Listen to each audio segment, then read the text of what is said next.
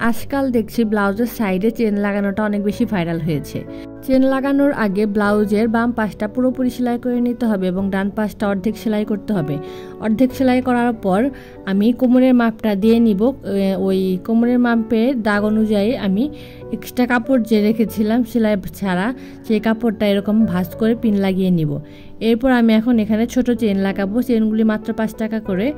ব্লাউজের কাপড়টা সোজা দিকে থাকবে এবং চেনের জিপারটা নিচের দিকে থাকবে। আপনারা ভিডিও দেখেই হয়তো বুঝতে পারছেন আমি কিভাবে সেলাই করছি আর কতটুকু সেলাই করছি। সেলাই করার সময় শুধু চেন অংশটুকু বাকি থাকবে, বাদ বাকি কাপড়টুকু আমি ব্লাউজের সাথে সুন্দর করে সেলাই করে দিব। এক পাশটা সেলাই করা হয়ে গেলে আমি কাপড়টা ঘুরিয়ে নিয়ে এই পাশে কামিজের যে সাইড সেলাই করি ওইভাবে সেলাই করে নিব। সেলাই করার আগে কাপড়টা চেইনের কাপড়ের সাথে ফিক্সড করে নিয়ে পজিশনটা বুঝে নিতে হবে, যাতে সেলাই করার পর এই পাশের কাপড়টা সোজাভাবে চেনের সাথে সমান করে লাগানো যায়। এই জন্য ওই পাশটা সেলাই করা হয়ে গেলে এই পাশটা সুন্দর করে সেলাই করে নিলেই কিন্তু চেনটা লাগানো রেডি হয়ে গিয়েছে। দেখতেই পাচ্ছেন কতটা সুন্দরভাবে চেনটা লাগানো হয়ে গিয়েছে। এখন আমি চেনের যে এক্সট্রা কাপড়টা রয়ে গিয়েছে এই কাপড়টা কেটে ফেলবো এবং কিছুটা কাপড় রেখে দিব। এই কাপড়টুকু আমি ব্লাউজের কাপড়ের সাথে সুন্দর করে চাপ সেলাই দিয়ে নিব, তাহলেই কিন্তু আমার ব্লাউজের সাইডে চেন লাগানো কমপ্লিট।